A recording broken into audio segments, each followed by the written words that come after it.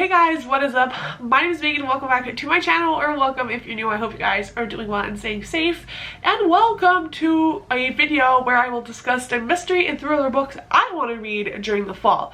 I have already made a recommendations video for mysteries and thrillers I think you guys should read if you haven't yet, which I will leave in the cards.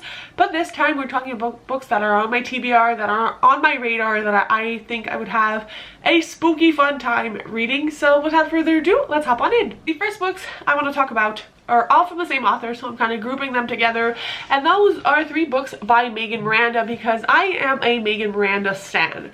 So on my list I have The Last House Guest, which I found in a thrift store. Love that for me. We also have The Last One to Vanish, as well as her newest, which is The Only Survivors. Let's talk through them, shall we? So The Last House Guest is actually the story of a main character named Avery who lives in a small town, I believe year long, and usually visitors and like people who are tourists and the actual residents of the town don't really mesh because obviously, you know, they're gonna leave, so what's the point of getting to know them and strike a friendship? However, our main character actually had struck a friendship with this girl named Sadie, and their friendship was going very well until Sadie's actually found dead. Police rule it out as a suicide, but our main character believes there is something irky bit behind it. She doesn't think her friend actually committed suicide and probably thinks people in her small town have something to do with it. Very interested in that one. The Only Survivors follows a main character who, in her town, there was this tragedy where I believe 2 buses crashed and a lot of students died, except there were 9 survivors, and so they kind of decided to band together, obviously because trauma bonding. However, a year after the tragedy happens, one of them actually commits suicide, and that kind of really pushes them to create a bond because they only know what they went through, and so they create this yearly reunion. However, our main character, I believe, tries to distance herself from this group to kind of move on and, you know, build something for herself. And when she decides to put everything in the rear view mirror, she actually gets a message with an obituary that one of the other members is dead, and so it's kind of sketchy. Did someone kill them? Are they actually killing themselves? Is someone killing them? And so she goes back with this group of people, and I don't know if more people are gonna die, what is going to happen, but it sounds very peculiar. I'm very intrigued. And the last Megan Miranda book is one that I think I'm really going to enjoy, probably the most out of all 3, and it follows a main character who works in this small inn, and in her town there was this thing that happened where I believe 6 people had visited and they all went missing. And so when people come and like try to figure out what happened, people are making reports on it. One of the people who was trying to report on this event actually also goes missing, and then shit hits the fan. I know our main character, you know, she works in this small secluded inn. It sounds very atmospheric. Why are people vanishing and never coming back? We're all gonna find it out, but I'm very intrigued. Then we have Death of a Bookseller, and this is I think a 2023 release.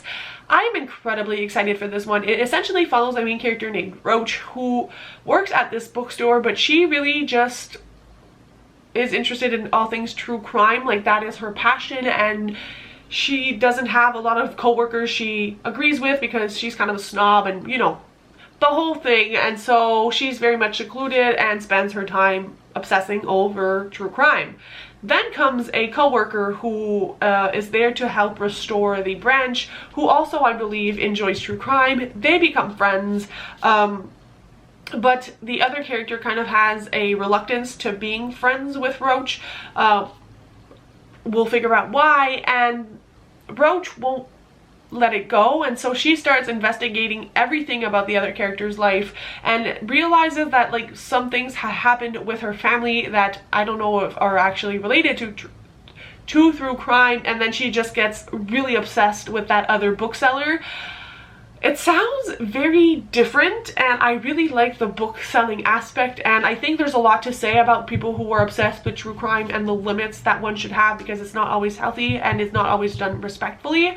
So I cannot wait to see what this book talks about and what actually happens, and I think it has multiple perspectives. So we're going to follow Roach and the other main character, whose name is Laura. Then we have another recent thriller release, well, mystery thriller release, and it is Just Another Missing Person. This is by the same author as Wrong Place, Wrong Time, which I haven't read, but I'm more interested in this one. This essentially follows a main character who's a detective, and she is on this kidnapping case, I believe, of this girl named Olivia who was seen going into an alley and not coming back. And so our main character obviously has done this before. She kind of knows what to expect. However, during this case, her family's safety is kind of put on the line because the person really doesn't want our main character to figure out what happened to this girl named Olivia who went missing. And so I think it's having the choice of like not finding out the murder to protect your family, or doing your job, finding the murder, and then you don't know what's going to happen to your family. I think it's going to be very interesting, and I love following detectives in books, and I like the ethical conundrum that is happening in this one. Very, very excited. Speaking of ethical conundrums, another one I have on my TBR is Do No Harm. This is one of my most recent acquisitions, and I think it's been out for a while, and this is about a mother whose child has been kidnapped, and this woman is a surgeon, and she is told that if she wants to see her child again, she needs to leave the man who is dying and in front of her on her surgery table. She needs to let him die, or she won't get her kid back. And I think it kind of spirals from there. It's going to be very interesting. Again, very ethical questions being, you know, spoken and introduced here about giving an oath to save people's lives, but you know, where will you go to save your family versus your patient? Another recent thriller which I want to read is None of This Is True by Lisa Jewell. This, I believe, will be my first Lisa Jewell, and it essentially follows a main character named Alex, and she is a podcaster, and while she's celebrating her 45th birthday in this pub, she meets this other woman named, is it Josie? Yeah, Josie, who is also there celebrating her 45th birthday. They are birthday twins. They get to chatting, and then, you know, part ways. They meet again when our main character Alex is picking up her children at her child's school. Josie is there, and she starts talking and is like, I think I would be an interesting subject for your podcast. I'm trying to make really big changes in my life. Our main character agrees to a trial interview, and then things start to spiral. I think that Josie has a lot of sketchy things in her past that our main character is going to figure out, and she's probably going to be like very intrigued. I believe she starts digging in this person's past, and then they kind of start to interconnect. It's gonna get sketchy. Who is really Josie, and what has she done, and why is she trying to get into our main character's life? Sounds intriguing. I also want to read The Maid, which is more of a mystery book. As some say, it's kind of like cozy mystery. This follows a maid in a hotel, and you know, she speaks of the fact that she's usually overlooked, and essentially she finds a dead body, and I think the murder is pegged on her, and so she needs to use everything she can to prove her innocence, and it's like set in this hotel. Sounds very fun. I've seen a lot of great reviews for this book last year. Still haven't read it, so I would like to get to it. I also would like to get to Magic Lies and Deadly Pies by Misha Pope, and this is a cozy mystery, and it essentially follows this woman who has magical pies, and when she gives them to people, they essentially die. And I don't want to know too much more than that. It sounds really fun, and like how convenient to have the capacity to make pies that kill people, and I guess it doesn't leave a trace. We shall see what I think about this one, but I think a cozy mystery would be really, really fun to read during the fall. The last adult book I have on my TBR is The Writing Retreat by Julia Bartz. This is something I don't really want to know about, but I know it follows writers that are given the chance to go to this renowned author's like writing camp for a month. They need to write an entire story, and the person who ends up with the best one gets a publishing deal. That's like a 7-figure deal.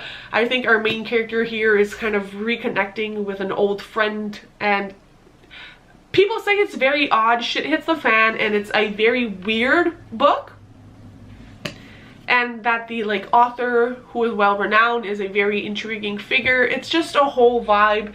I don't know if I'm gonna like this one. I bought this one used because I'm very unsure, but I'm crossing my fingers.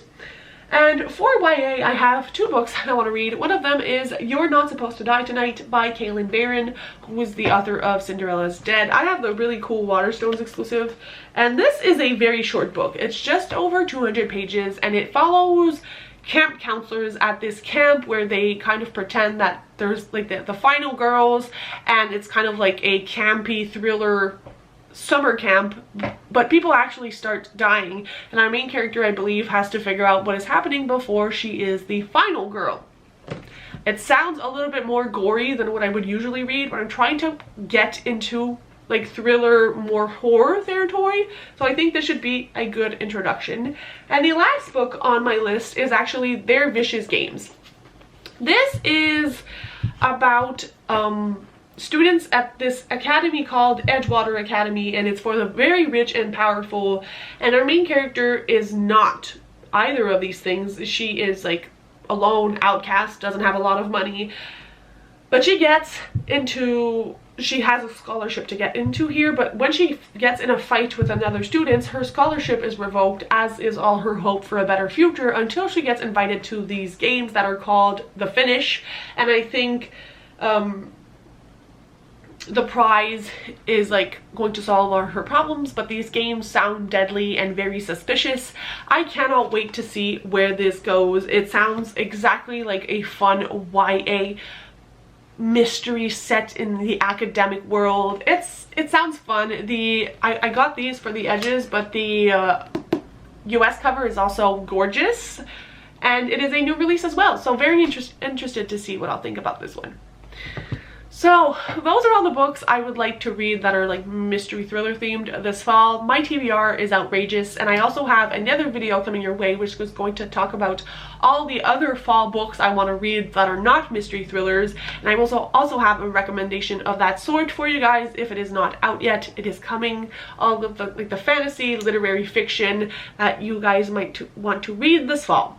So that's it for today's video. Let me know what I should prioritize from these books in the comments, and I'll see you very soon with another one. Bye guys, happy reading.